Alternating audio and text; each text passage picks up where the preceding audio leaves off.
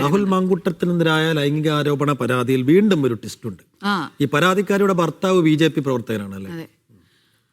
പുള്ളിയാണ് രംഗത്ത് വന്നിരിക്കുന്നത്. ഇപ്പോൾ ഈ രാഹുൽ മാങ്കൂട്ടത്തിനെതിരെ പരാതിയുമായി മുന്നോട്ടു പോകരുതെന്ന് BJP നേതൃത്വം ആവശ്യപ്പെട്ടു എന്നാണ് ബലാത്സംഗ കേസിലെ അതിജീവിതയുടെ ഭർത്താവ് പറയുന്നത്. തന്നെ യുവമോർച്ചയിൽ നിന്ന് പുറത്താക്കിയതിന് പിന്നിൽ ഗൂഢാലോചനയുണ്ട്. വിശദീകരണം പോലും കേൾക്കാതെയാണ് നടപടി ഉണ്ടായത് എന്നും അതിജീവിതയുടെ ഭർത്താവ് പറയുന്നു.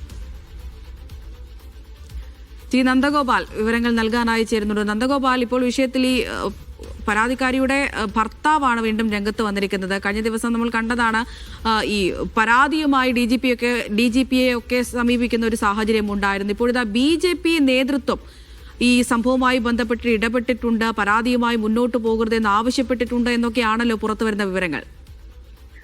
അതായത് ഈ BJPക്കെതിരെയുള്ള പരാതിയുമായാണ് ഭർത്താവ് ഇപ്പോൾ രംഗത്തെത്തിയിരിക്കുന്നത്. ഗുരുതരമായ ആരോപണമാണ് ഉന്നയിച്ചിട്ടുള്ളത്. ഇതിൽ ഏറ്റവും പ്രധാനപ്പെട്ട കാര്യം, നേരത്തെ തന്നെ രാഹുൽ മാങ്കൂട്ടത്തിനെതിരെ പരാതിയുമായി ഇദ്ദേഹം രംഗത്ത് എത്തിയിട്ടുണ്ടായിരുന്നു. ആ സമയം തന്നെ താൻ പരാതിയുമായി മുന്നോട്ട് പോകരുത് എന്ന് നേതൃത്വം ആവശ്യപ്പെട്ടു എന്നുള്ളതാണ് ഇപ്പോൾ ഇദ്ദേഹം പറയുന്നത്. ഇതിലിപ്പോൾ തന്നെ പുറത്താക്കിയിരിക്കുന്നു.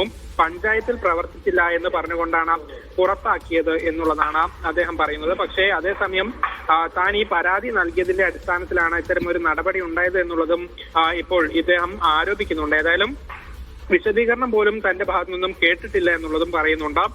രാഹുലിനെതിരെ പരാതിയുമായി മുന്നോട്ട് പോകാൻ തന്നെയാണ് ഈ ഭർത്താവിന്റെ തീരുമാനം.